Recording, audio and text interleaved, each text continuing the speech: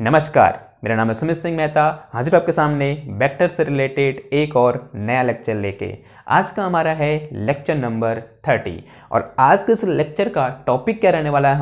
हमारा टॉपिक है coordinate system. ठीक है, या फिर इसमें भी हम क्या करने वाले हैं, एक स्पेसिफिक टाइप के कोऑर्डिनेट सिस्टम के साथ डील करने वाले हैं और वो क्या है हमारे पास, रेक्टेंगुलर कोऑर्डिनेट सिस्टम, या फिर इसका दूसरा नाम क्या है, कार्टेशियन कोऑर्डिनेट सिस्टम। तो जैसे मैं टॉपिक स्टार्ट करता हूं और आपसे क्या पूछता हूं, एक क्वेश्चन पूछता हूं और क्वेश्चन ये है कि what is coordinate system. Coordinate system क्या होता है? ठीक है, तो आपने अभी तक आप या तो बीएससी में हैं या कहाँ हैं, एमएससी में हैं, तो आपने कोऑर्डिनेट सिस्टम आपने क्लास 9th में पढ़ा, 10th में पढ़ा, 11th 12th। ठीक है, तो कोऑर्डिनेट सिस्टम आपके साथ साथ चलते हुए आ रहा है, आपके एक अच्छे दोस्त की तरफ फिजिक्स में। ठीक है, लेकिन क्या आपको पता है कि what is coordinate system? Coordinate system क्या होता है? ठीक है, अगर नहीं पता है तो मैं बताता हूं कि कोऑर्डिनेट सिस्टम क्या है। Coordinate system is nothing but it is a arrangement of lines and curve. ये क्या है? एक अरेंजमेंट है किसका? लाइंस और कर्व का, जो क्या करता है, किसी एक पॉइंट की लोकेशन को स्पेसिफाई करता है या फिर किसी पॉइंट की लोकेशन को आइडेंटिफाई करता है इन स्पेस। ठीक है, माना ये मेरा कमरा है, इस कमरे में मैंने एक पॉइंट अज्यूम कर लिया, मैंने ये बोल दिया कि ये मार्कर है और मैं किसी से पूछता हूं या अपने दोस्त से पूछता हूं, बताओ इस जो मार्कर मैंने यहां पर ये ऐसे पकड़ा हुआ है, इसकी लोकेशन क्या है? तो उसके लिए मैं क्या डिफाइन करूंगा? सबसे पहले एक कोऑर्डिनेट सिस्टम क्या करूंगा, डिफाइन करूंगा। और जो कोऑर्डिनेट सिस्टम होता है वो क्या होता है, लाइंस या फिर कर्व्स का। ठीक है, दोनों चीज हो सकती हैं, लाइंस भी हो सकती हैं या कर्व भी हो सकता है। तो लाइंस और कर्व का क्या होता है, वो अरेंजमेंट होता है। ठीक है, एक सिंपल सा कोऑर्डिनेट सिस्टम हमारे पास रखा हुआ है। ठीक है, हमने वेक्टर में बहुत यूज किया है इसका, तो मैंने बनाया है किसकी हेल्प से, जो फाइल आती है ना, तो जो फाइल के क्या होते हैं, फाइल को मतलब लॉक करने वाली चीज होती है, उससे बना रखा है। ठीक है, आपको दिख रहा होगा। तो ये क्या है, एक टाइप का कोऑर्डिनेट सिस्टम है और इसी को हम क्या बोलते हैं, रेक्टेंगुलर कोऑर्डिनेट सिस्टम बोलते हैं। तो इसी पर आज हम क्या करने वाले हैं, बात करने वाले हैं। ठीक है, और एक चीज और आनी चाहिए आपके दिमाग में कि जो कोऑर्डिनेट सिस्टम की जो मतलब ये चीज आया, कोऑर्डिनेट सिस्टम क्यों इंट्रोड्यूस हुआ। ठीक है, कोई भी कोऑर्डिनेट सिस्टम क्यों इंट्रोड्यूस हुआ, जैसे कि आप समझ रहे हैं यहां पर कि इस पॉइंट की लोकेशन को आइडेंटिफाई करने के लिए हमें क्या चाहिए, एक कोऑर्डिनेट सिस्टम की जरूरत चाहिए। एक्चुअल में इस पॉइंट को आइडेंटिफाई करना, सॉरी अगर मैं ये बोलूं, इस पॉइंट की लोकेशन को आइडेंटिफाई करना एक्चुअल में ये कैसा फिनोमिना है, एक फिजिकल फिनोमिना है। ठीक है, मैं किसी चीज को देख रहा हूं, ठीक है, मेरे सामने ये कैमरा लगा हुआ है, मोबाइल रखा हुआ है एक हमारे ट्राइपॉड में, मैं मोबाइल को देख रहा हूं, एक कैसा फिनोमिना है, फिजिकल फिनोमिना है। अगर मैं ये जानना चाहूं कि मोबाइल मेरे से कितनी दूर रखा है, तो मैं किसका यूज करूंगा, एक अपने कोऑर्डिनेट सिस्टम का यूज करूंगा और उस कोऑर्डिनेट सिस्टम के यूज से मैं बताऊंगा कि मोबाइल मेरे से 1 मीटर की डिस्टेंस पर रखा हुआ है। ठीक है, जो मैं 1 मीटर की डिस्टेंस बोला, ये कैसा टर्म है, एक मैथमेटिकल टर्म है। और मैंने मोबाइल को देखा, ये कैसा टर्म है, एक फिजिकल टर्म है। यानी किस में यूज होता है, एक फिजिकल फिनोमिना है, ऐसा बोल सकते हैं हम।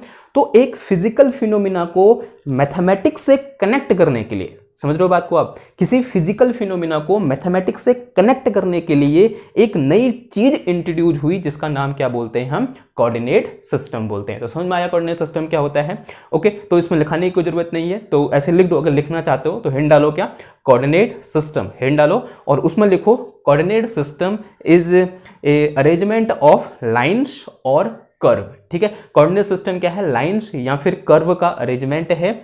And it used to identify the location of any point in space। ठीक है, तो ये क्या हो जाएगी, इसकी डेफिनेशन हो जाएगी। ठीक है, मैं लिखूं यहां पर, आई होप इसको लिखने की जरूरत नहीं है, आप लिख लोगे, इतने जीनियस तो आप हो ही। नाउ आज हम बात करते हैं किसके बारे में, मतलब जो कोऑर्डिनेट सिस्टम के हमारे पास टाइप्स हैं उनके बारे में। कोऑर्डिनेट सिस्टम 3 टाइप के हमारे जनरली हमारे कोर्स में होते हैं। कौन कौन से? एक होता है रेक्टेंगुलर कोऑर्डिनेट सिस्टम, एक होता है स्फेरिकल कोऑर्डिनेट सिस्टम और एक होता है हमारे पास सिलेंड्रिकल कोऑर्डिनेट सिस्टम। और उन्हीं में से जो पहले टाइप का कोऑर्डिनेट सिस्टम है, जिसका नाम क्या है, रेक्टेंगुलर कोऑर्डिनेट सिस्टम या फिर कार्टेशियन कोऑर्डिनेट सिस्टम, उसी के बारे में आज हम क्या करेंगे, डिस्कस करेंगे। तो हिंट डालो फटाफट, क्या, कॉपी पेन निकालो। कॉपी पेन नहीं निकाले अभी तक, या ऐसे बैठो मोबाइल के सामने, कॉपी पेन निकालो फटाफट। ठीक है, और उसमें लिखो क्या, रेक्टेंगुलर कोऑर्डिनेट सिस्टम। क्या लिखोगे, रेक्टेंगुलर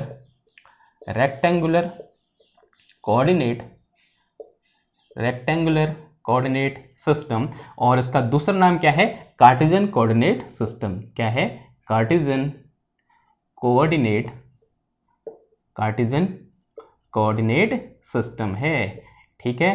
तो ओके, तो अब ये क्या होता है, मतलब ये क्या होता है एक्चुअल में, ये तो पता है कि दिस इज कोऑर्डिनेट सिस्टम है, तो यानी क्या होगा, ये लाइंस और कर्व का अरेंजमेंट होगा ना। क्वेश्चन है कैसी लाइंस का और यहाँ पे कैसे कर्व का अरेंजमेंट, तो यहाँ पर लिखो, इसके नीचे लिखो, तो कार्टेशियन कोऑर्डिनेट सिस्टम यहाँ पे ऐसे लिखो, इट इज अरेंजमेंट ऑफ या फिर सेट ऑफ 3, हमको पता है ना क्या होते हैं, it is set of 3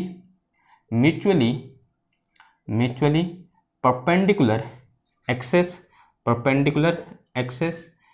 meeting या फिर इंटरसेक्टिंग, क्या लिखेंगे मीटिंग, ऐसे लिख दो, meeting at same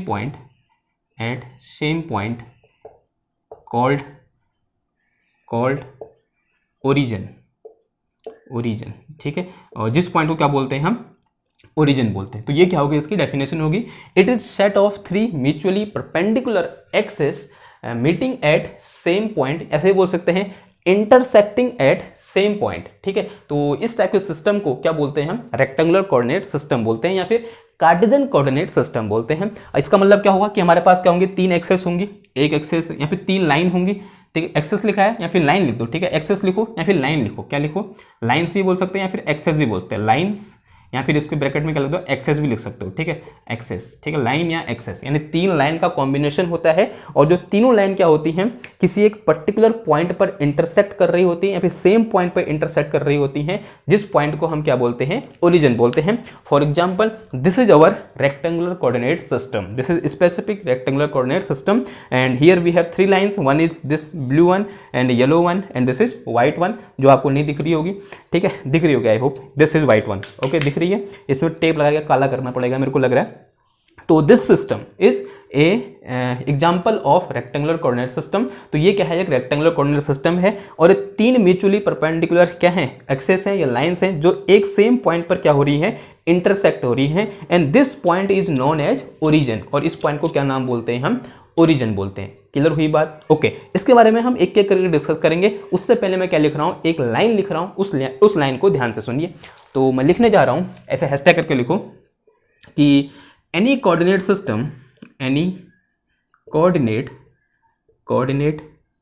system have 4 basic element, FOUR 4 basic element, ठीक है। क्या होते हैं इसके, 4 बेसिक एलिमेंट होते हैं ना। वो एलिमेंट क्या होते हैं, एक एक करके लिख लें उनको।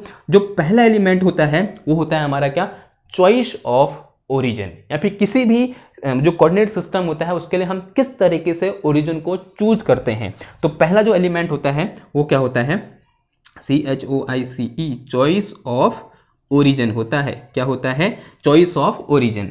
और दूसरा जो हमारे पास होता है वो होता है हमारे पास क्या, चॉइस ऑफ एक्सेस। क्या होता है, चॉइस ऑफ एक्सेस। क्या होता है, चॉइस ऑफ एक्सेस, ठीक है, या फिर एक्सेस, चॉइस ऑफ एक्सेस, यानी किस तरीके से हम एक्सेस को क्या करेंगे, चूज करेंगे, या फिर रैंडमली कोई भी 3 एक्सेस चूज कर लेंगे, या फिर हमें उन एक्सेस को एक स्पेसिफिक तरीके से चूज करना पड़ेगा, ठीक है। तो वो क्या होगा, चॉइस ऑफ एक्सेस। और जो फोर्थ होता है वो होता है क्या, choice of positive direction of axes. क्या होता है, choice of positive direction of axes, ठीक है। जो एक्सेस हम ले रहे हैं यहां पर, ये जो एक्सेस ले रहे हैं, इनकी पॉजिटिव डायरेक्शन कहां की ओर होगी, उसका क्या करेंगे हम, चूज करेंगे, यानी कहां की ओर पॉजिटिव डायरेक्शन होगी, ठीक है, ओके। और जो हमारे पास लास्ट जो एलिमेंट होता है वो होता है क्या, choice of unit vector along each access, ठीक है। जो हर एक्सेस होती है उसके अलोंग जो यूनिट वेक्टर होता है वो क्या होता है। तो अगला जो है यहां पर वो क्या है, choice of unit vector along each access, ठीक है। जो हर एक्सेस है उसके अलोंग जो मेरे पास चॉइस होगी, सॉरी, जो यूनिट वेक्टर होगा वो क्या होगा, वो हमें क्या करना होता है, डिफाइन करना होता है। अगर हम इन चीजों को डिफाइन कर देते हैं तो हम बोलते हैं कि हमने एक कोऑर्डिनेट सिस्टम को क्या कर लिया, डिफाइन कर लिया। और आज हम कौन सा वाला कोऑर्डिनेट सिस्टम की बात कर रहे हैं, स्पेसिफिकली कार्टेशियन कोऑर्डिनेट सिस्टम की क्या कर रहे हैं, बात कर रहे हैं, ठीक है। तो यहां पर आप कोऑर्डिनेट सिस्टम के लिए ना बोल के क्या बोल दो, कार्टेशियन कोऑर्डिनेट सिस्टम, एनी को हटा के लिख दो रेक्टेंगुलर या फिर कार्टेशियन कोऑर्डिनेट सिस्टम। तो कार्टेशियन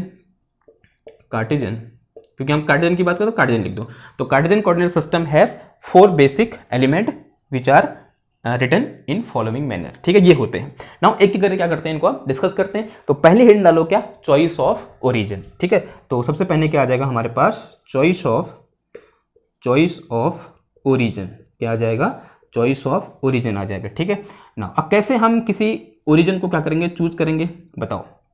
देखो, we can choose any point as a origin. ध्यान सुनना बात को, वी कैन चूज, कोई भी पॉइंट उठा लो इस स्पेस में, कोई भी पॉइंट उठा लो, ये पॉइंट, ये पॉइंट, ये पॉइंट, ये पॉइंट, ये पॉइंट, कोई भी पॉइंट उठा लो, we can choose any point in space as a origin, या बोल सकते हैं एंड ऐसे बोल सकते हैं, we can choose any point as a origin which is most convenient. क्या है वो, सबसे ज्यादा कन्वीनियंट है। तो ध्यान सुनना, मैं लिख के चलता हूं, समझ में आएगा आपको मैं क्या कहना चाह रहा हूं। और आपने ये पहले किया हुआ भी है, मतलब एक ऐसे पॉइंट को आपने ओरिजिन माना है जो क्या है, मोस्ट कन्वीनियंट है, या बोल सकते हैं जिसको ओरिजिन चूज करना सबसे, मतलब उसको ओरिजिन चूज करने से हमको सबसे ज्यादा फायदा हो रहा है, उस पॉइंट को क्या करते हैं हम, ओरिजिन चूज करते हैं। और ऐसा आपने अभी तक, आप एमएससी में हो, बीएससी में हो, ऐसा आपने बहुत बार किया हुआ है, ठीक है। तो लेकिन इस तरीके से सोचा नहीं है, ठीक है, क्योंकि आपने स्पेसिफिकली कार्टेशियन सिस्टम को पढ़ा नहीं। देखो मैं क्या कहना चाह रहा हूं, तो we can choose choose any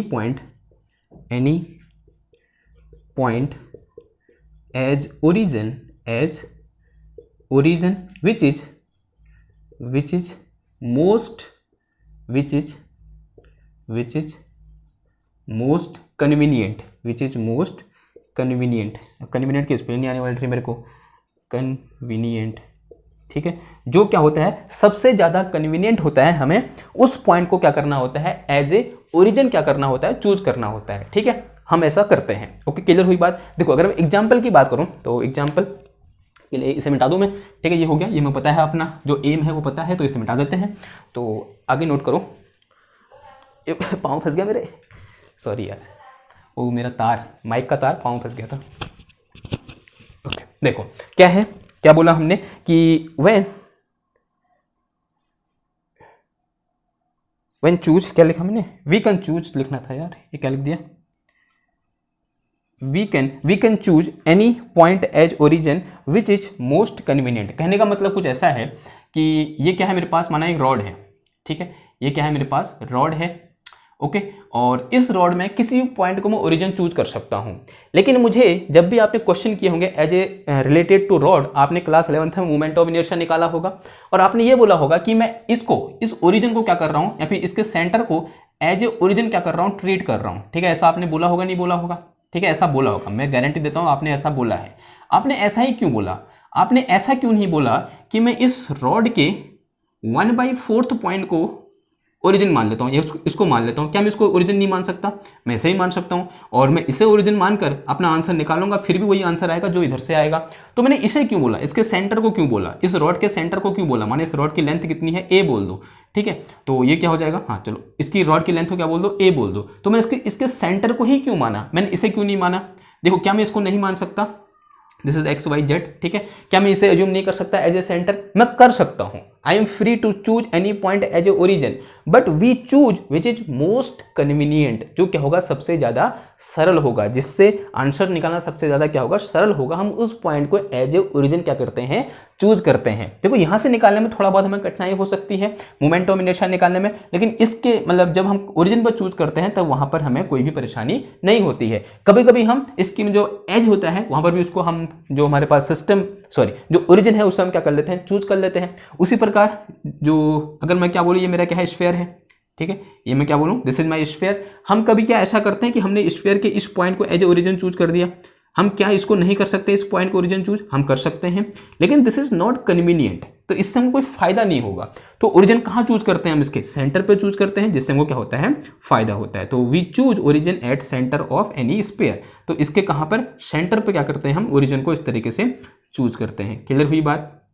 तो this is our X axis, this is our Y axis and this is our Z axis. उसी तरीके से अगर मेरे पास कोई एक रेक्टेंगुलर लैमिना हो, तो रेक्टेंगुलर लैमिना के लिए भी आपने class 11th moment of inertia निकाला होगा, और आपने ये देखा होगा कि यहाँ पर जो आप जब चूज कर रहे थे क्या एक्स एक्सेस वाई एक्स या फिर बोलते हैं ओरिजिन चूज कर रहे थे, आपने इसके सेंटर को ओरिजिन चूज किया होगा, ठीक है। इस तरीके से क्या कर दिया होगा, इसके सेंटर को क्या किया होगा, एज ए ओरिजिन क्या किया होगा, चूज किया होगा, ठीक। क्यों किया, क्योंकि दिस इज कन्वीनियंट, ये क्या है, कन्वीनियंट है। मैं इस पॉइंट को, इस किसी भी पॉइंट को एज ए ओरिजिन चूज कर सकता था, लेकिन मेरे लिए मोस्ट कन्वीनियंट कौन सा है, ये वाला है, तो इसे हमने क्या कर दिया, एज ए ओरिजिन क्या कर दिया, चूज कर दिया, ठीक है। तो यहां पर क्या है, हमने ओरिजिन कैसे चूज करना है कि जो पॉइंट क्या होगा सबसे ज्यादा कन्वीनियंट होगा। क्लियर हुई इतनी बात आपको, ठीक है। तो ये तो क्या होगा पहला पॉइंट कि हम किस तरीके से ओरिजिन का चुनाव करेंगे या फिर किस तरीके से हम ओरिजिन को चूज करेंगे, ठीक। तो पहला एलिमेंट समझ में आया किसी भी एक कार्टेशियन कोऑर्डिनेट सिस्टम का, ओके क्लियर है। तो आगे बढ़े, दूसरा है हमारे पास क्या, चॉइस ऑफ एक्सेस, या किस तरीके से हम एक्सेस को चूज करेंगे। वैसे हमने ऐसा डेफिनेशन में एक बार लिख दिया है कि axes must be perpendicular to each other, वो क्या होने चाहिए, एक दूसरे के परपेंडिकुलर होने चाहिए, ठीक है। तो इसे कहां लिखूं मैं, चलो इधर जगह बची इधर लिख देते हैं। तो जो थर्ड पॉइंट है हमारा वो क्या है, सॉरी जो सेकंड पॉइंट है, थर्ड बोल रहा हूं, कौन सा है, सेकंड पॉइंट। सेकंड क्या है हमारे पास, चॉइस ऑफ एक्सेस, ठीक है। चॉइस ऑफ एक्सेस क्या होती है, for a rectangular coordinate system, तो लिख के चलेंगे, for a rectangular coordinate system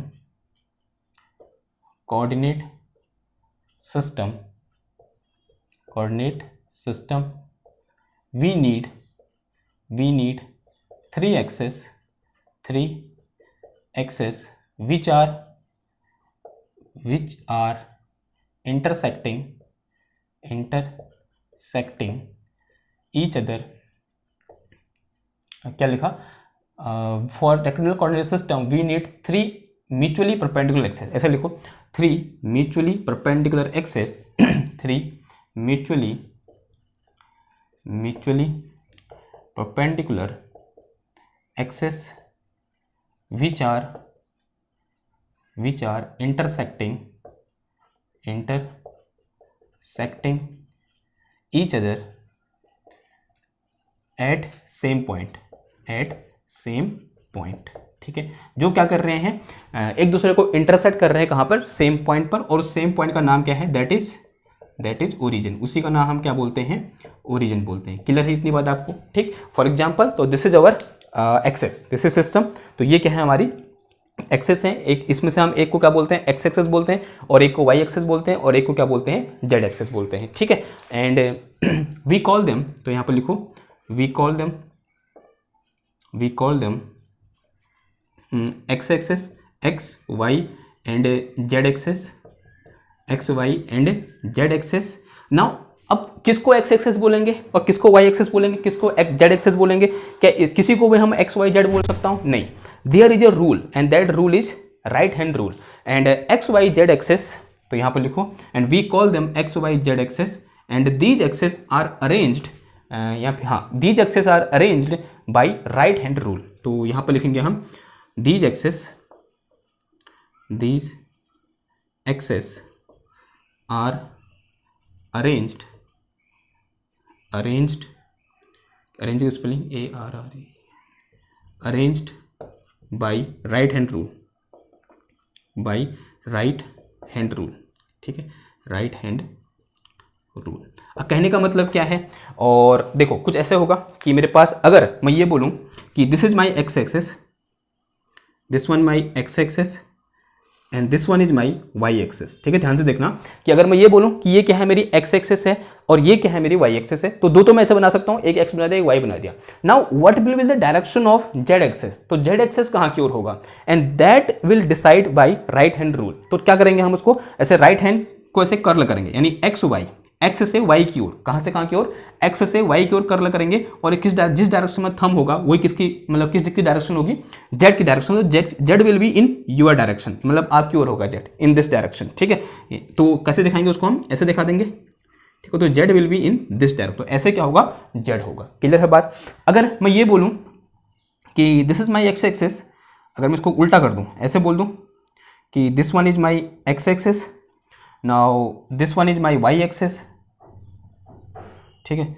तो this one is my Y axis, ठीक है। अभी मैंने चेंज कर दिया, ठीक है, एक्स एक्सेस को मैंने ये बोल दिया, वाई एक्सेस को मैंने ये बोल दिया। I am free to choose, कि मतलब मैं कहीं को भी लिख सकता हूँ। तो यहाँ को भी इधर को मैंने एक्स एक्सेस बोल दिया और इधर को मैंने क्या बोल दिया, वाई एक्सेस बोल दिया। Now what will be the direction of Z axis? Again I am going to use my right hand and I will do this, कि दिस वन, यानी वाई जेड, यानी वाई से सॉरी एक्स से Y की ओर, X से Y की ओर। तो this will be the direction of Z cap, यहाँ पे जेड डायरेक्शन, तो जेड एक्सेस, तो ये क्या होगा मेरा जेड एक्सेस होगा, ठीक है। और इस टाइप का जो मेरे पास रेक्टेंगुलर कोऑर्डिनेट सिस्टम होता है ना, इसको हम क्या बोलते हैं, क्या right handed rectangular coordinate system बोलते हैं, जिसको हम राइट हैंड से मतलब क्या करते हैं, मैनेज करते हैं, फिर अरेंज करते हैं, उसे हम क्या बोलते हैं, right handed rectangular coordinate system बोलते हैं। ध्यान सुनना, जो ये मेरे पास दो कोऑर्डिनेट बना रखे हैं यहाँ पर, जो यहाँ पर मैंने रेक्टेंगुलर कोऑर्डिनेट सिस्टम बना रखे हैं, इन्हें हम क्या बोलते हैं, right handed rectangular coordinate system बोलते हैं। तो बोथ आर, तो इसके नीचे यहाँ पर लिख दो, तो उसको हम क्या बोलते हैं, right handed rectangular coordinate system, या फिर Cartesian coordinate system, Cartesian coordinate system, ठीक है, कार्टेशियन कोऑर्डिनेट सिस्टम। अगर मैं यही चीज लेफ्ट हैंड से करता, तो मतलब ऐसा कुछ करता लेफ्ट हैंड से, तो क्या हो जाएगा मेरे पास, लेफ्ट हैंडेड कोऑर्डिनेट सिस्टम हो जाएगा। लेकिन जो लेफ्ट हैंडेड कोऑर्डिनेट सिस्टम होता है बहुत रेयरली यूज होता है, तो मोस्टली हम राइट हैंडेड कोऑर्डिनेट सिस्टम का यूज करते हैं। तो मैं सिर्फ राइट हैंड वाला यहाँ पर बनाने को जा रहा हूं। तो ये क्या हो गया, यहाँ पर दो एग्जाम्पल हो गए, हम और भी एग्जाम्पल देख सकते हैं। देखो जैसे इसे मिटाऊं, ठीक। अब देखो, जैसे अगर मैं ये बोलूं कि this one is my x axis, देखो this one is my x axis in towards me या फिर टुवर्ड्स यू, तो this is our X axis and this one will the Y axis, ठीक है। दोनों परपेंडिकुलर होंगे तो वाई एक्सेस ऑब्वियसली बात है ऐसे होगी, ठीक, या ऊपर को हो सकती है। तो अब बताओ, अब जो हमारे पास जेड एक्सेस है वो कहाँ की ओर होगी? तो अगेन क्या हो जाएगा, ऐसा हो जाएगा कुछ, तो like this right hand rule, तो this will be my Z direction, तो ये क्या होगी, मेरी जेड डायरेक्शन होगी, ठीक है, यहाँ भी जेड एक्सेस होगी। क्लियर है बात? अगर मैं ये बोलूं कि अगेन दिस इज माई, तो ये एक्स एक्सेस है, ठीक है, तो this is my x axis, ठीक है, तो this is my x axis. और मैं ये बोलूं कि ये जो है मेरा, ये क्या है, वाई एक्सेस है, सॉरी हाँ ये वाई एक्सेस है। आप बताओ अब कहाँ की ओर हो जाएगा? तो कुछ ऐसा आ जाएगा, ये, ठीक है, ये हो जाएगा ऐसे, ऐसे घुमाओगे तो this one my Z access, तो ये क्या होगा, मेरा जेड एक्सेस हो जाएगा। कहाँ की ओर? इधर की ओर। कहाँ की ओर हो जाएगा जेड एक्सेस मेरा? इधर की ओर आ जाएगा। क्लियर है बात आपको इतनी? तो this is our Z axis. Clear? और अगर मैं थोड़ा सा और चेंज करना चाहूँ कि मैं ये बोलूँ तो दिस इज ये एक्स एक्सेस है ऐसे करके, और ये वाई एक्सेस है, तो जेड एक्सेस कहाँ की ओर होगा? इधर की ओर। सब कैसे हैं? ये राइट हैंडेड क्या है, कोऑर्डिनेट सिस्टम है, ये right handed rectangular coordinate system है। और कैसे बोल सकता हूँ मैं? अगर मैं ये बोलूँ कुछ ऐसे बोलूँ तो this is my x axis, this is my x axis and this one is my Y axis, ठीक है, ऐसा वाला हो गया एग्जांपल, नहीं हुआ है अभी, तो कुछ भी ले सकते हैं। तो this is X axis, this is Y axis, लेकिन अब जेड एक्सेस निकालने के लिए राइट हैंड का यूज करना पड़ेगा। तो दिस इज ऐसे घुमा दो, एक्स से वाई की ओर घुमाना है, तो एक्स से वाई की ओर घुमाएंगे तो कहाँ की ओर आएगा? अंदर की ओर। तो Z will be in this direction, तो ऐसे आ जाएगा क्या, this is my Z direction. तो ये भी जेड है, यहाँ पर बाहर की ओर जेड है और ये अंदर की ओर क्या है, जेड है, ठीक है, ये समझ सकते हो आप। ओके, और यहाँ पर अगर मैं ऐसे समझाना चाहूँ तो this is my x axis, this is my Y axis, तो जेड डायरेक्शन ऑटोमेटिकली भी इन दिस डायरेक्शन, ठीक है, क्योंकि मैंने जो सिस्टम बना रखा है राइट हैंड रूल से बना रखा है। तो क्या हो जाएगा, देखो this is my Z direction. तो करो, एक्स से वाई को कर्ल करोगे, एक्स वाई, एक्स से वाई की ओर घुमाओगे अपने दाहिने हाथ की हथेली को, तो जो जहां की ओर थंब पॉइंट होगा वो क्या होगा, मेरी जेड की डायरेक्शन होगी। सिंपल हुई बात। तो एक्स वाई, तो ये क्या आ गया, जेड आ गया, ठीक। और अगर मैं ये बोलूँ कि this is my X, this is my Y, तो automatically Z will be in this direction. देखो ये, तो ये जेड कहाँ की ओर हो गया, इधर की ओर हो गया। क्लियर है बात आपको इतनी? तो ये क्या हो गया मेरे पास कि हम चॉइस ऑफ एक्सेस, किस तरीके से हम एक्सेस को चूज कर सकते हैं। एक चीज तो ये पता चली, हम कहीं को भी एक्सेस लिख सकते हैं, ठीक है, हम ऐसे भी लिख सकते हैं, ऐसे भी लिख सकते हैं, ऐसे भी लिख सकते हैं, ऐसे भी लिख सकते हैं, ऐसे ऐसे ऐसे ऊपर नीचे कहीं भी लिख सकते हैं, ठीक। क्लियर है बात आपको? ओके, लेकिन जो यूज होना चाहिए, मतलब जो अरेंजमेंट होगा उनका, वो किस रूल से होगा, राइट हैंड रूल से होगा। और जब भी हम राइट हैंड रूल से कार्टेशियन कोऑर्डिनेट सिस्टम बनाएंगे उसे हम क्या बोलेंगे, right handed Cartesian coordinate system या फिर right handed rectangular coordinate system बोलेंगे। क्लियर है इतनी बात आपको? नाउ अब बात आती है किसकी, इनकी डायरेक्शन। जो हमारे पास तीसरा पॉइंट है वो क्या है, choice of positive direction of axes, यानी जो पॉजिटिव डायरेक्शन ऑफ एक्सेस होगी वो कौन सी होगी, ठीक है। मैं उसको यहीं पर बता दूं, जो मैंने बना रखे हैं, ये सिस्टम बना रखा है इसमें बता दूं, ठीक है। हमेशा जो एक्सेस की पॉजिटिव डायरेक्शन होगी वो कहां की ओर होगी, हम ऐसा नहीं बोल सकते कि लेफ्ट से राइट होगी, राइट से लेफ्ट होगी। यहां पर आप देख सकते हो कि जो एक्स एक्सेस है वो किसी पॉइंट पर इधर को है, वो किसी पॉइंट पर इधर को है, ठीक है। वो फिजिकल जैसे फिजिकल फिनोमिना के अकॉर्डिंग क्या हो सकता है, चेंज हो सकती है, ठीक है। फिजिक्स में अगर माना कोई ऐसा मतलब ऐसा सिस्टम हमारे पास है जिसके लिए मेरे को एक्स एक्सेस इधर को लेने के लिए क्या है, कन्वीनियंट है, यानी सुविधाजनक कहाँ की ओर लेने में है, इधर की ओर एक्स एक्सेस लेने में सुविधाजनक है किसी एक फिजिकल फिनोमिना के लिए, तो मैं इधर क्यों ले लूंगा। मैं अगर कभी मेरे लिए सुविधाजनक इधर को लेने को है एक्स एक्सेस, तो मैं इधर क्यों ले लूंगा। अगर मैं कभी ऊपर के लिए सुविधाजनक है तो ऊपर वाला बनाया नहीं मैंने, चलो कोई बात नहीं। अगर ऐसे लेने को कोई सुविधाजनक है तो मैं एक्स एक्सेस को ऐसे ले लूंगा, ठीक है। तो मैं यहां पर देख पा रहा हूं कि जो एक्स एक्सेस है उसकी डायरेक्शन कहीं को भी हो सकती है, ठीक है, इस पूरे प्लेन में, ठीक। लेकिन या फिर एक प्लेन में नहीं बोलेंगे, पूरे स्पेस में कहीं को भी हो सकती है एक्स एक्सेस की डायरेक्शन, ओके। तो यहां पर अगर मैं ये बोलना चाहूं कि what will be the positive direction of axes, जो यहाँ एक्स वाई जेड एक्सेस मैंने बना रखे हैं फॉर दिस ईच मतलब एग्जांपल, जितने भी यहाँ पर मैंने सिस्टम बना रखे हैं 1 2 3 4 5, यहाँ पर जो पॉजिटिव एक्सेस की डायरेक्शन होगी, बोल सकते हैं कि पॉजिटिव वाई एक्सेस कहाँ की ओर होगा, पॉजिटिव एक्स एक्सेस कहाँ की ओर होगा, और पॉजिटिव जेड एक्सेस कहाँ की ओर होगा। और अभी तक आप पढ़ते आ रहे हो कि हम पॉजिटिव एक्स एक्सेस कहाँ की ओर लेते हैं, कि फ्रॉम लेफ्ट टू राइट क्या होता है, पॉजिटिव एक्स एक्सेस होता है, और राइट टू लेफ्ट क्या होता है, नेगेटिव एक्स एक्सेस होता है। लेकिन क्या आप इन एग्जाम्पल को देखकर ऐसा बोल सकते हो, ऐसा नहीं बोल सकते। ये बोलना क्या होगा, हमारे लिए गलत होगा। जब हम छोटी क्लास में थे तब सही था, क्योंकि हम वहां पर सिर्फ एक सिंपलेस्ट जो हमारे पास रेक्टेंगुलर कोऑर्डिनेट सिस्टम होता है, वो भी राइट हैंडेड, हम किसको यूज करते थे, इसका यूज करते थे। हम बोलते थे this is my x axis, this is my Z axis, sorry Y axis, and this will be our Z axis. तब इस केस में हम बोल देते थे कि जब हम लेफ्ट से राइट की ओर जाएंगे, कहां से कहां की ओर, लेफ्ट से राइट की ओर जाएंगे तो this will be the direction of positive X axis, और जब हम नीचे से ऊपर की ओर जाएंगे this will be the direction of positive Y axis. लेकिन अब यहां पर आप देख सकते हो कि मतलब वाई एक्सेस नीचे को भी हो सकता है, तो in this case the positive Y direction will be downward, ठीक है। अगर मैंने अपने जो मेरा सिस्टम है, या बोल सकते हैं जो क्या बोलते हैं इसको, जो कोऑर्डिनेट सिस्टम है उसको मैंने अगर चेंज कर दिया तो now positive Y direction in this way, ठीक। तो हम क्या बोलेंगे कि जैसे मैं अवे फ्रॉम द ओरिजिन जाता हूं, या फिर जैसे मैं ओरिजिन से बाहर की ओर जाता हूं in particular X axis, that direction will be positive direction. तो यहां पर for this case this will be the positive X axis and this will be the negative sorry positive Y axis, ठीक है। तो ये क्या होगी, पॉजिटिव एक्स एक्सेस होगी, और ये क्या होगी, मेरी पॉजिटिव वाई एक्सेस होगी।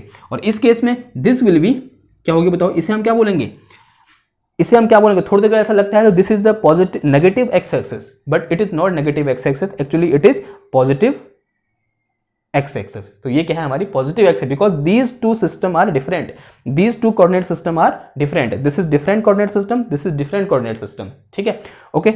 Now and this is the direction of positive Y axis, और this is the direction of inward into the board, this is the direction of positive z axis. In the same way, this is the direction of positive y axis, and this is the direction of positive z axis, and towards you this is the direction of positive x axis, ठीक है। and this is the direction of positive y axis, and this is the direction of positive z axis, and this is the direction of positive x axis.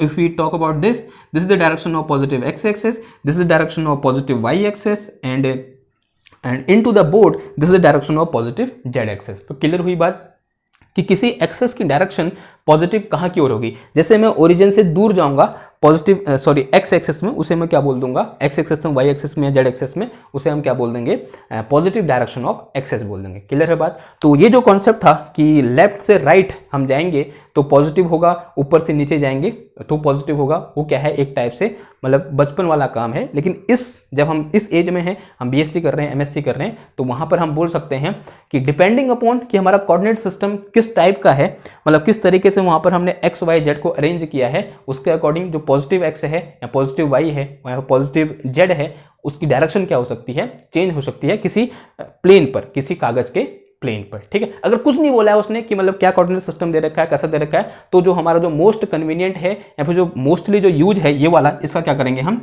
Use करेंगे। कभी कभी ये use हो जाता है और कभी कभी ये यूज होता है, ठीक है। तो मोस्टली हम इन्हीं दो का यूज करते हैं, इसे हम एक्स बोलते हैं, इसे वाई, इसे जेड, ठीक है। इन दोनों में से किसी एक का यूज करते हैं मोस्टली। ये तो क्या है, समझाने के लिए है। क्लियर हुई बात, ठीक, इतनी बात समझ आई।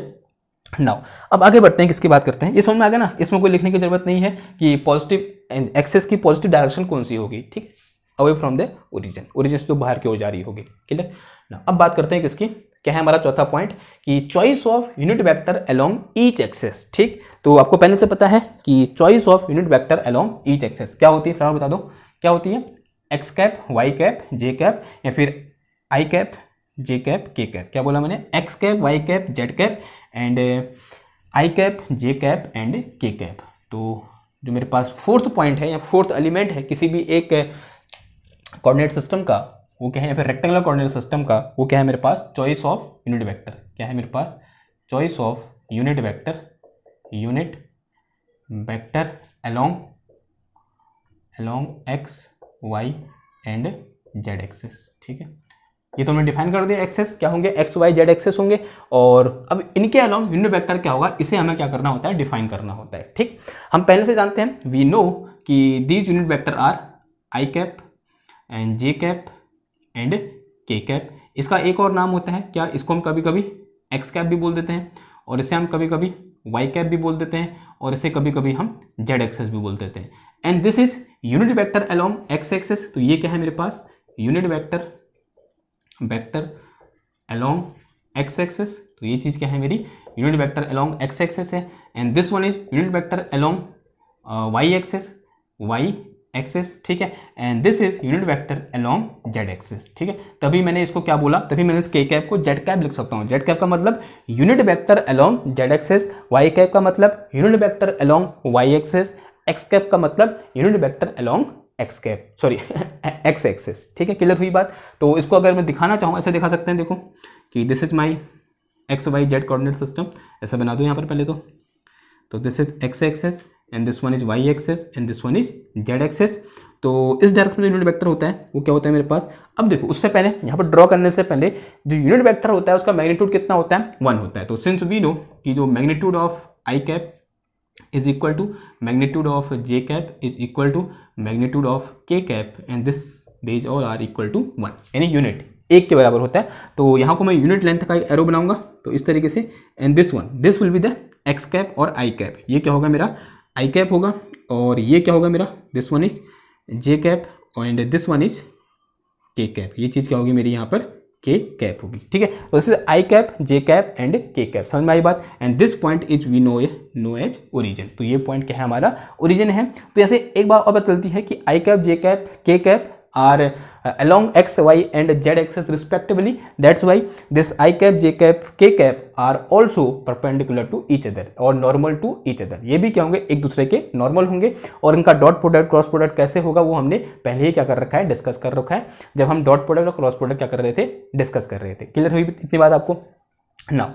और क्या कह सकते हैं इनके बारे में, एक चीज हमने पढ़ी थी कि दिस आई जे के वेक्टर फॉर्म ए बेसिस। क्या बनाते हैं कि बेसिस बनाते हैं। बेसिस कहने का मतलब यह हुआ कि इस पर्टिकुलर मतलब जो मेरे पास X Y Z I cap, J cap, K cap है, इनके टर्म में हम क्या कर सकते हैं, किसी भी एक वेक्टर को इस स्पेस में रिप्रेजेंट कर सकते हैं। ठीक है, क्या बोलना चाह रहा हूं मैं कि हम कोई भी वेक्टर उठा लो, दुनिया का कोई भी वेक्टर उठा लो जो कहां है, इस X Y Z coordinate system में है, उस वेक्टर को हम आई जे के फॉर्म में, के टर्म में लिख सकते हैं, या फिर आई जे के की लीनियर कॉम्बिनेशन के टर्म में लिख सकते हैं। इसलिए इस आई जे के को क्या बोलते हैं हम ऐसा बोलते हैं कि they are form a basis. ठीक है, और इनको हम क्या बोलते हैं, एलिमेंट ऑफ बेसिस भी बोलते हैं। और एलिमेंट, एक खासियत है एलिमेंट ऑफ बेसिस की कि वी कांट, ऐसे बोल सकते हैं कि एलिमेंट ऑफ बेसिस को हम किसी दूसरे एलिमेंट के टर्म में नहीं लिख सकते। ओके, क्या बोलना चाह रहा हूं मैं कि एलिमेंट ऑफ बेसिस को हम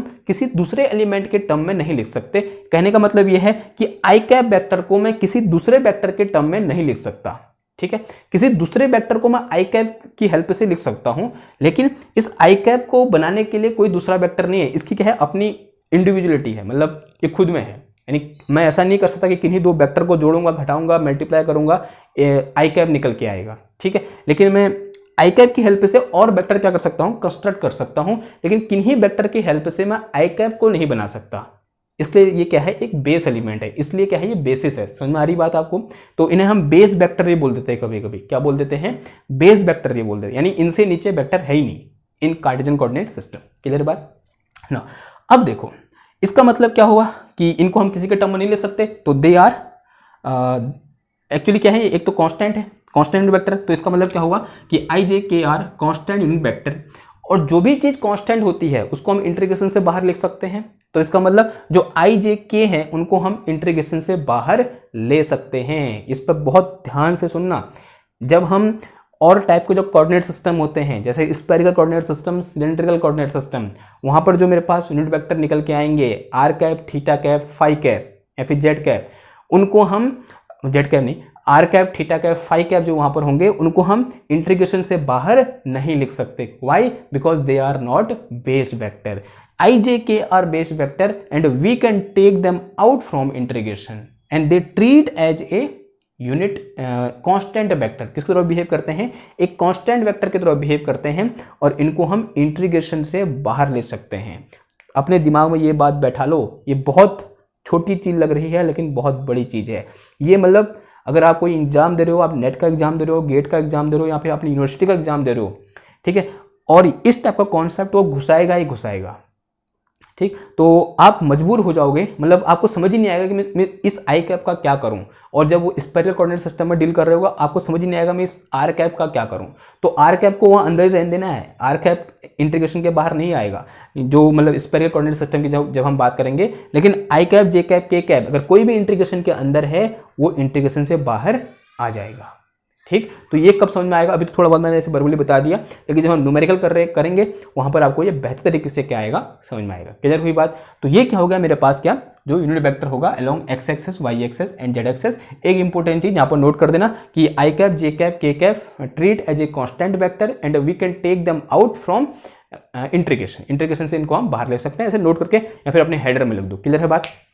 ओके, नाउ अब बात करते हैं कुछ इसके बारे में, कुछ और चीजें, या फिर बोल सकते हैं कि किस तरीके से हम कार्टेशियन कोऑर्डिनेट सिस्टम में पोजीशन वेक्टर को लिखेंगे और इनफाइनाइटेसिमल डिस्प्लेसमेंट वेक्टर को लिखेंगे, इनफाइनाइटेसिमल एरिया को लिखेंगे, एरिया वेक्टर को लिखेंगे, या फिर इनफाइनाइटेसिमल वॉल्यूम को लिखेंगे। ठीक है, कि जो मेरे पास कोऑर्डिनेट सिस्टम है ये वाला जो अभी डिफाइन किया हमने, रेक्टेंगल कोऑर्डिनेट सिस्टम, इन सब इस कोऑर्डिनेट सिस्टम में हम इन चीजों को किस तरीके से डिफाइन करेंगे। ठीक है, तो सबसे पहले हिंट डालो, क्या पोजीशन वेक्टर।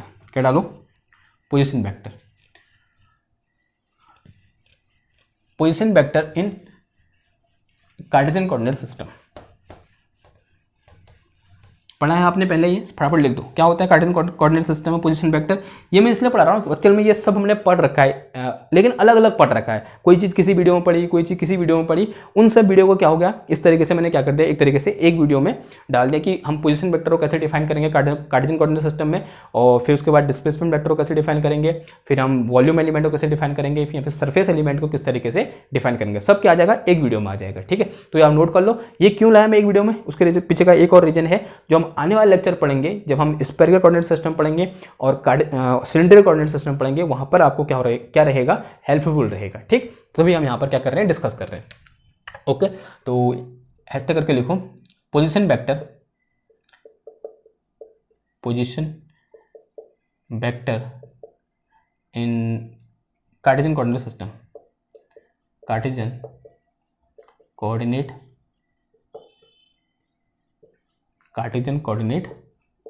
सिस्टम। ठीक है, तो सबसे पहले कार्टेशियन कोऑर्डिनेट सिस्टम बना दो यहाँ पर इस तरीके से। ओके, तो राइट हैंडेड बनाना है, तो अगर ये x है तो ये y है, ऑब्वियसली बात है, ये क्या हो जाएगा, मेरा z हो जाएगा। देखो x y z। ठीक, तो अज्यूम कर लो कि मेरे पास यहाँ पर क्या है, कोई एक पॉइंट क्या है, p है, और इस p के जो कोऑर्डिनेट है वो क्या है मेरे पास, x y z है। ठीक है, तो यहाँ पर लिख के चलो x y let x, y, z be the coordinate of point P in space। ठीक है, जो स्पेस है, इस स्पेस में कोई पॉइंट P है जिसके कोऑर्डिनेट क्या है, x, y, z है। ठीक है, जो क्या कर रहे हैं, इसकी लोकेशन को स्पेसिफाई कर रहे हैं, विच आइडेंटिफाई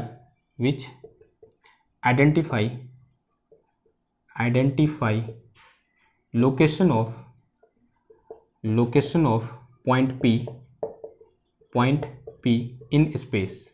ठीक है, जो x, y, z हैं, जो इसके कोऑर्डिनेट हैं, जो क्या कर रहे हैं, इस पॉइंट P की लोकेशन को स्पेसिफाई कर रहे हैं इस पर्टिकुलर स्पेस में। ठीक है, तो then position vector of point P, then position vector, of point P क्या हो जाएगा, देखो पोजीशन वेक्टर कहाँ से होता है, ओरिजिन से होता है, तो this will be my position vector. तो इस तरीके से क्या हो जाएगा, ये पोजीशन वेक्टर हो जाएगा। तो this is our position vector of point P and this coordinate are 0,0,0। Position vector of point P क्या हो जाएगा मेरे पास, आर वेक्टर। इसको हम किससे दिखाते हैं, आर वेक्टर से दिखाते हैं, हम सब जानते हैं। तो R vector is equal to कितना आ जाएगा बताओ, तो this will be x minus 0 and I cap and plus का y माइनस का 0 j cap plus z minus का 0 k कैप आ जाएगा। तो यहाँ से r vector is equal to कितना आ गया, x कैप प्लस का y कैप प्लस का z कैप आ गया। तो this is position vector in rectangular coordinate system. ठीक है, रेक्टेंगुलर कोऑर्डिनेट सिस्टम में पोजीशन वेक्टर क्या होता है, ये होता है, और ये हमें याद रखना है। ये हेल्पफुल रहेगा जब हम कार्टेशियन कोऑर्डिनेट सिस्टम और सिलेंडर कोऑर्डिनेट सिस्टम क्या कर रहे होंगे, डिस्कस कर रहे होंगे। ठीक, हम यही लेंगे, कार्टेशियन कोऑर्डिनेट सिस्टम वाले लेंगे, इसको हम किस में चेंज कर देंगे, सिलेंड्रिकल वाले में चेंज कर देंगे। इसलिए ये चीज़ क्या है, इंपॉर्टेंट है यहाँ पर पढ़ना। ओके, तो इसको ऐसे क्या कर दो, बॉक्स कर दो। क्लियर हुई बात। इसका मैग्नीट्यूड लिखना चाहोगे, मैग्नीट्यूड सबको आता है, क्या होता है बताओ। इसका magnitude of R equal to क्या होता है, this is under of X square plus का वाई स्क्वायर प्लस का जेड स्क्वायर। ये हो जाता है, ये सबको पता था, ये कोई नई चीज़ तो आपके लिए है नहीं।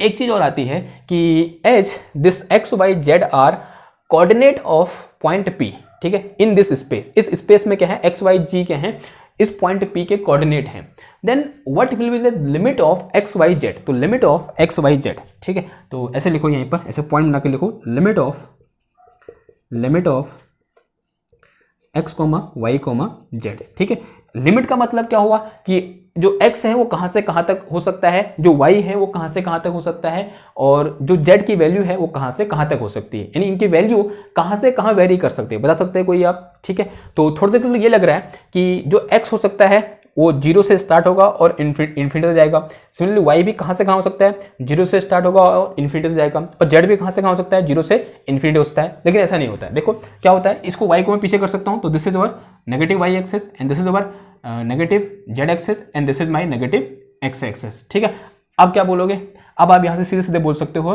कि this x will be from minus infinity two plus infinity, similarly y will be from minus infinity two plus infinity and z will be from minus infinity two plus infinity. तो तीनों की लिमिट कहां से कहां होती है, minus infinity से plus infinity के बीच में होती है।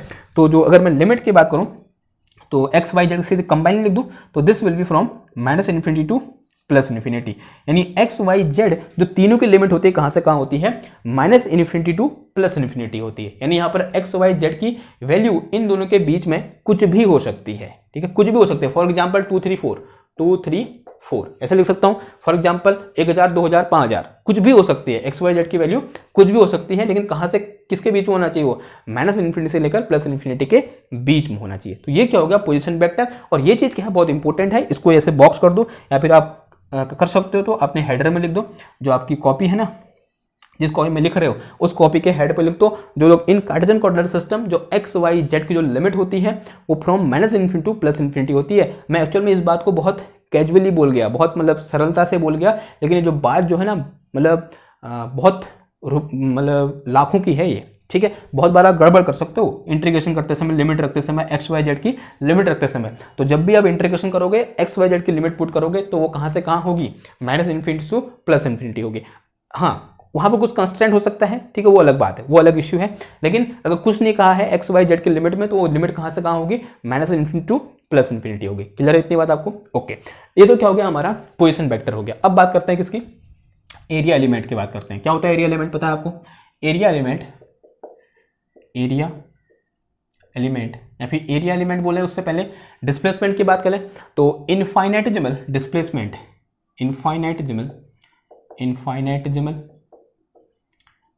इनफाइनाइटेजिमल displacement in rectangular coordinate system. या फिर वो लिखना छोड़ो, सीधे सीधे क्या लिखो, इनफाइनाइटेजिमल डिस्प्लेसमेंट लिखो, कि हम रेक्टेंगुलर कोऑर्डिनेट सिस्टम में इनफाइनाइटेजिमल डिस्प्लेसमेंट को किस तरीके से डिफाइन करेंगे। तो इनफाइनाइटेजिमल डिस्प्लेसमेंट पहले पढ़ा हुआ है, तो अज्यूम कर लो कि ये मेरे पास क्या है, इस तरीके से एक रेक्टेंगुलर कोऑर्डिनेट सिस्टम है, एक्स वाई जेड अज्यूम कर दो।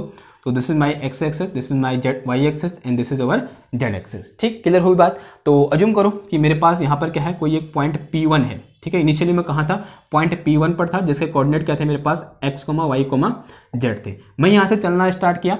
मैं सबसे पहले एक्स एक्सेस की ओर चला इस तरीके से, ठीक है, ऐसे चल जाऊँ तो इस तरीके से एक्स एक्सेस की ओर चला, कितना चला मैं डी एक्स चला, कितना चला डी एक्स, यानी बहुत छोटा सा displacement D X, infinitesimal displacement along X axis which is D X. फिर मैं कितना चला, माना डी वाई चला मैं कहाँ की ओर, डी वाई चला मैं कहाँ की ओर, वाई एक्सेस की ओर, और फिर मैं कितना चला, डी जेड चला किसकी ओर, जेड एक्सेस की ओर, कितना चला, this is d z along Z axis इस तरीके से, और मैं कहाँ पहुंच गया, इस पॉइंट P2 पर पहुंच गया।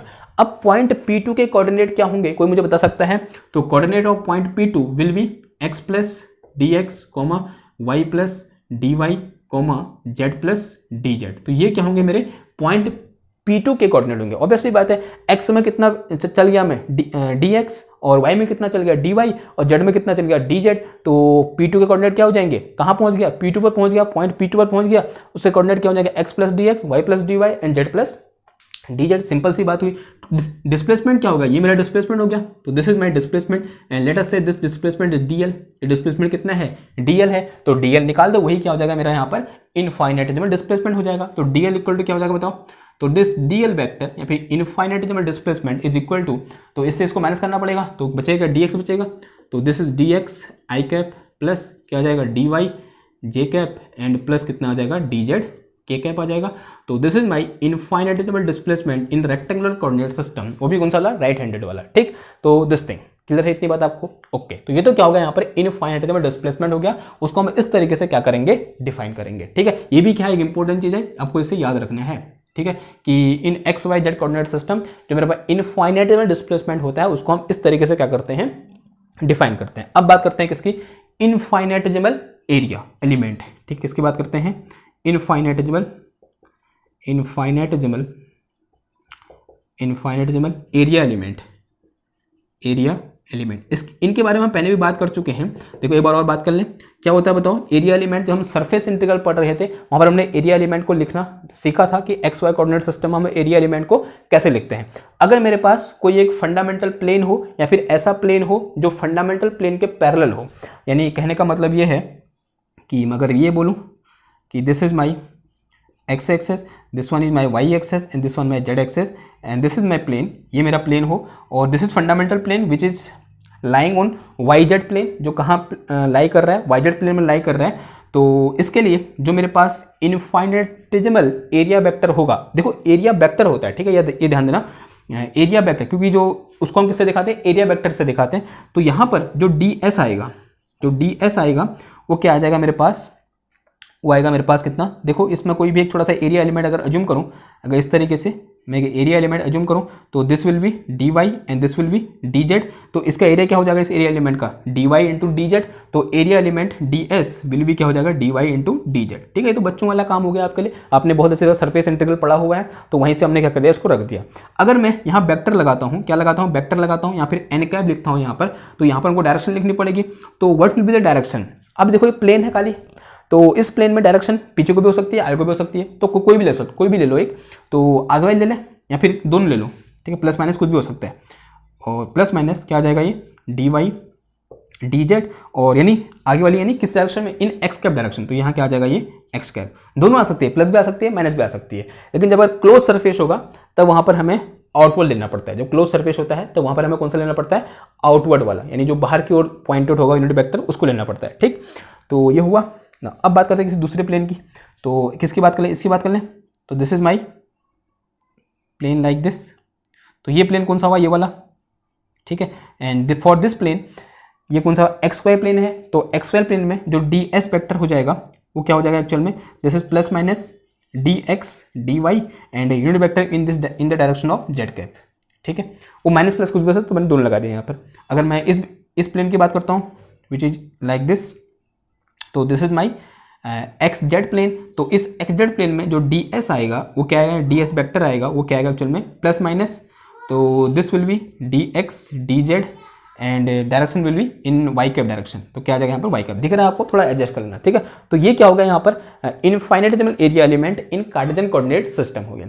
और अगर ऐसा हो, हमने पढ़ा हुआ है थोड़ा बहुत, मैं आपको ऐसे याद दिला देता हूँ।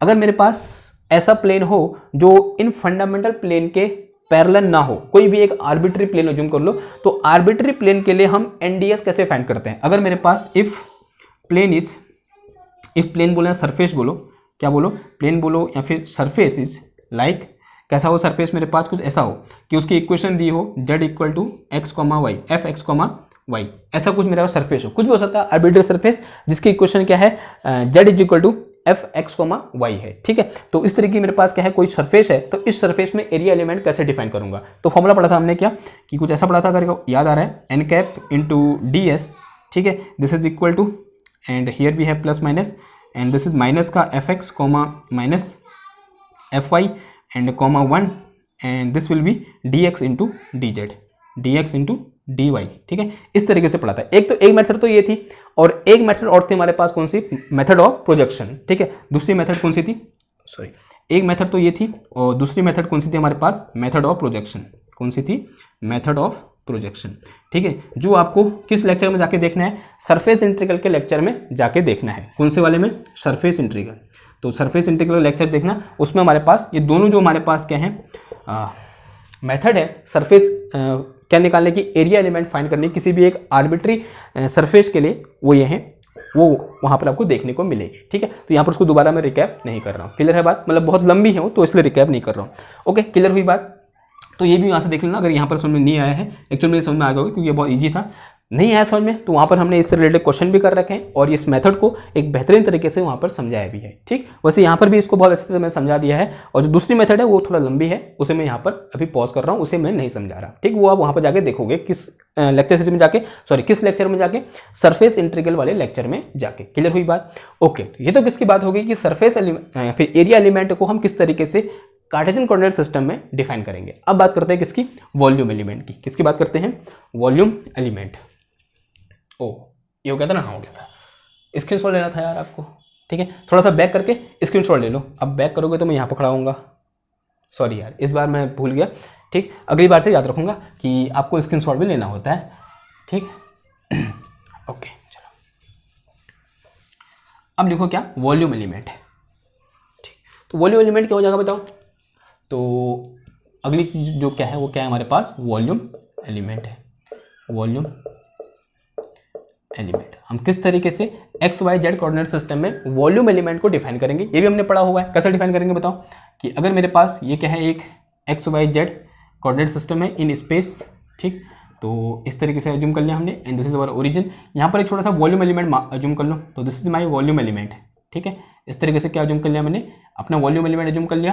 तो दिस विल बी, तो ये क्या होगा मेरा डी वाई होगा, और this will be my D x and this will be d z, ठीक है। तो जेड डायरेक्शन में डी जेड और एक्स डायरेक्शन में डी एक्स और वाई डायरेक्शन में डी वाई में मूव किया।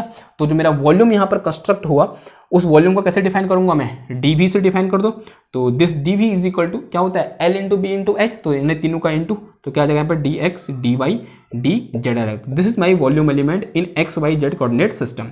इसको कभी कभी हम डी टाउ भी लिख देते हैं, तो d tau is equal to क्या आ जाएगा, d x d y d z आ जाएगा। तो this is again my volume element in x Y Z coordinate system. तो ये क्या हो गया हमारा, जो हमारे पास रेक्टेंगुलर कोऑर्डिनेट सिस्टम है उसके पीछे की कहानी खत्म हो गई। एक बार मैं रीचेक कर लूँ, कुछ और चीज छूटा तो नहीं है, मैं एक बार चेक कर लेता हूँ, ठीक है। ठीक है, चेक कर लेते हैं ताकि कुछ छूटे ना, क्योंकि छूटेगा तो फिर बाद में क्या फ़ायदा जब वीडियो बंद हो जाएगी। लास्ट वॉल्यूम ही था, ठीक है।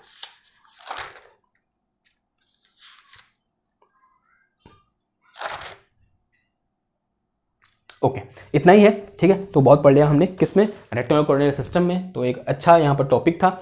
और अब नेक्स्ट लेक्चर में क्या करेंगे, जो हमारे स्फेरिकल कोऑर्डिनेट सिस्टम और जो सिलेंड्रिकल कोऑर्डिनेट सिस्टम है उनके बारे में देखेंगे, और वो क्यों आए या फिर उनका एग्जिस्टेंस क्यों है, यानी ये मतलब क्यों, ये मतलब इसकी ज़रूरत क्यों नहीं पड़ी, या फिर इसके अलावा किसी एक तीसरे या फिर दूसरे कोऑर्डिनेट सिस्टम की जरूरत क्यों पड़ी, वो भी हम देखेंगे।